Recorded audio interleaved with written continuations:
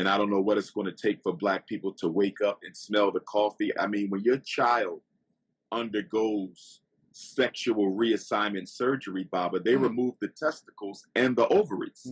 They remove them. That's hardcore. I don't know why we give kids all these power, you know. Like they have to be 18 to give legal consent to other people over 18. They have to be 18 to be able to vote. They have to be 16, 18, whatever, to be able to drive a car. Oh, but at 7 years old, Henry wants to become Henrietta, and we can't touch that because all of a sudden they're grown enough to make a decision like that. And speaking about men in dresses, I was just watching Marlon Wayans. He was trying to defend men in dresses. Still don't see the necessity of putting men in dresses where they can put women in dresses.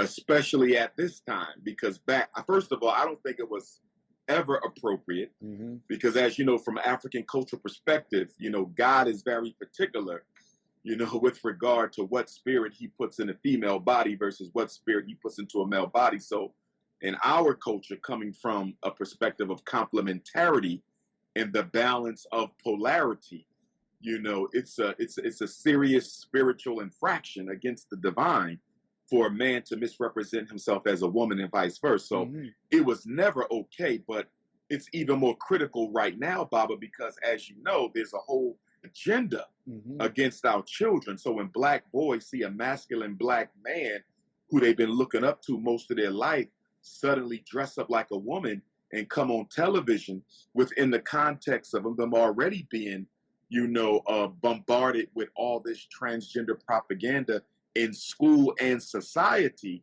I think it can end up opening up some curiosity that can lead to a lot of our sons getting trapped into that lifestyle. Yeah, but White Chicks is a classic. Who didn't love White Chicks? Who doesn't love Big Mama's House 1? These are some classic, iconic. Who doesn't love Medea? Okay, but in all seriousness, I totally get that. These are confusing times, very confusing times, very influential times, and I'll be damned if if someone came up to me, some kid, like a nephew or a niece or even my own kids. I'll be damned if they came up to me. My son was all like, I think I was intended to be a woman, because who put that thought in your head, right? Who gave you that idea? I would be surprised. I'm like, I don't think you believe that. I don't think you believe that you are a woman. I don't. Who put that thought in your head? Who wakes up one day and thinks that? Maybe one day I'll wake up and believe that I'm a dragon. That I can breathe fire. That I can fly. Impenetrable skin. Like I don't. But as a kid, I truly would believe I was a lion, a superhero, a Power Ranger. I truly believe that. Okay, I'm not trying to be controversial, but as I keep talking, I feel like I'm making some solid points. As a child, I was so easily influenced. I see an agenda being pushed, so I could agree with Dr. Umar Kinte Johnson that yeah, maybe we should put an end to, especially in the Black community, these masculine figures in social media, actors, athletes. Even the athletes are getting dressed up before games, after games, for modeling gigs in skirts, which I don't really get, because none of them look good in it. I don't get fashion. Somebody explain fashion to me, because nobody looks good. No masculine figure looks good in a skirt. Okay, I don't want to see a giant calf. I shouldn't be able to see a giant calf underneath your at the bottom of your skirt. It just makes no sense. I can't, like, I don't get it. Okay, unless it's your culture, which is not ours. All right, that's like Scottish or Irish. I don't know if they're the same. Apologies. I don't know anything. But it's weird, and they're thinking that this is all okay, and technically, it's okay, but long term, I feel like there's deeper mental issues that need to be addressed. So the situation where, yeah, it may be a kid of mine or somebody is asking me for help, and they're like, hey, I don't know my identity. There's some I think it goes deeper than that. I don't think you found a solution. Like, all of a sudden you found the solution. Okay, all of 12 years old, you know better than. Now, in your travels to Africa, have you run into that? I do know that Ghana and Nigeria, I do believe that they have had LGBTQ pride parades. I do know there is a movement in South Africa that's growing, pushing the LGBTQ. But as you and I know, this is nothing but population control in disguise. But unfortunately, too many of our young people don't understand that this is nothing more than genocide under another name. And I don't know what it's going to take for Black people to wake up and smell the coffee. I mean, when your child undergoes sexual reassignment surgery, Baba, they remove the testicles and the ovaries.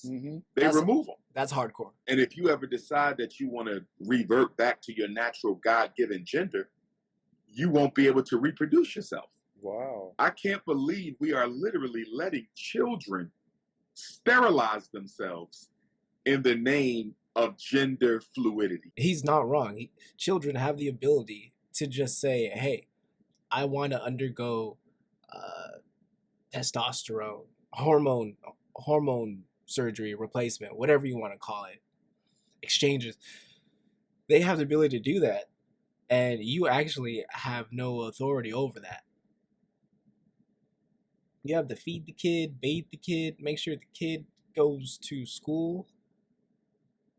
But you have no say in their gender when you originally did, after you busted that nut in that young lady. We originally had full control. In fact, we decided, you know what, we're going to flip a coin, 50-50, X chromosome, Y chromosome. And now, like, we're giving, I don't know why we give kids all these power, you know. Like, they have to be 18 to give legal consent to other people over 18. They have to be 18 to be able to vote. They have to be 16, 18, whatever, to be able to drive a car. Oh, but at 7 years old, Henry wants to become Henrietta. And we can't touch that because all of a sudden, they're grown enough to make a decision like that. So yes, when he says, oh, they're pushing this agenda for what's the word, like a assimilation or submission. They're trying to make, you know how God just made us. He just threw food at the wall and wanted to see what would stick. How God said, let's create Black people, white people, Mexican people, Asian people. Let's make Black pigmentations, brown, the white. Let's just different accents, different languages, different locations on the planet. Now the government is going, or governments are going, let's just make everybody the same. Let's just make everybody, regardless of how they sound or what they look like, let's make them all think the same. Let's just cluster. Let's clusterfuck everything going on in their head. Let's make it so that they can't think for themselves. Am I reading too much into this? I don't think so.